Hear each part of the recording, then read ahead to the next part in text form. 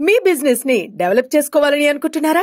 అయితే వెంటనే మీ public coat news ద్వారా వీడియో యాడ్స్ ద్వారా మీ యాడ్స్ ని పబ్లిష్ చేసుకుని మీ పరపతిని పెంచుకోండి. సంప్రదించవలసిన ఫోన్ నంబర్ 7729969299. గత 15 ఏళ్లుగా మీరు ఒకే వాహనాన్ని వినియోగిస్తున్నారా? అయితే తస్మాత్ జాగ్రత్త. ఆ వాహనంతో మీరు రోడ్డెక్కితే మూల్యం చెల్లించుకుంటారు. ఈ క్రమంలో తెలంగాణ సర్కారు కీలక నిర్ణయం తీసుకుంది. కాలుష్యానికి కారణమయ్యే వాహనాలను తుక్కు చేయాలని రేవంత్ రెడ్డి ప్రభుత్వం భావిస్తోంది. 2025 జనవరి 1వ తేదీ నుంచి 15 ఏళ్లు లేదా అంతకంటే ఎక్కువ కాలం ఉన్న వాహనాలను, ఫిట్నెస్ పరీక్షల్లో ఫెయిల్ అయిన వాహనాలను రోడ్లపైకి అనుమతించారు.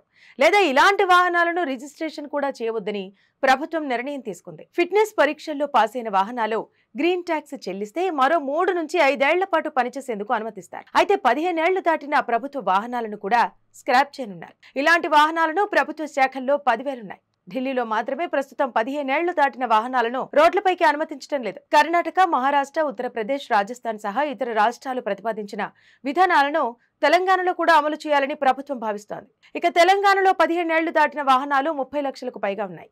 అయితే గ్రేటర్ హైదరాబాద్ పరిధిలోనే ఈ వాహనాలు 20 లక్షలు ఉన్నాయని ప్రభుత్వ గణాంకాలు చెబుతున్నాయి. ఇందులో 17 లక్షల ద్విచక్ర వాహనాలు, 3.5 లక్షల కార్లు, 1,00,000 గూడ్స్ క్యారేజీలు, 20,000 ఆటో రిక్షాలున్నాయి. అలాగే 15 ఏళ్లు దాటిన వాహనాల జాబితాలో 1000 ఆర్టీసీ బస్సులున్నాయి. పలు విద్యా సంస్థల బస్సులు 2,000 15 ఏళ్లు దాటినట్టుగా అధికారులు గుర్తించారు. పాత వాహనాలను స్క్రాప్ చేసిన యజమానులకు మోటార్ వాహనాల పన్నుపై 10 నుంచి 15% రాయితీనిచ్చే అంశాన్ని ప్రభుత్వం పరిశీలిస్తోంది. కేంద్ర రోడ్డు రవాణా, రహదారుల మంత్రిత్వ శాఖ నివేదిక మేరకు 15 ఏళ్లు దాటిన వాహనాలతో 1000 రోడ్డు ప్రమాదాలు నమోదయ్యాయి. 2022లో ఈ వాహనాలతో 1,306 ప్రమాదాలు జరిగాయి. ఈ ప్రమాదాల్లో 418 మంది చనిపోయారు.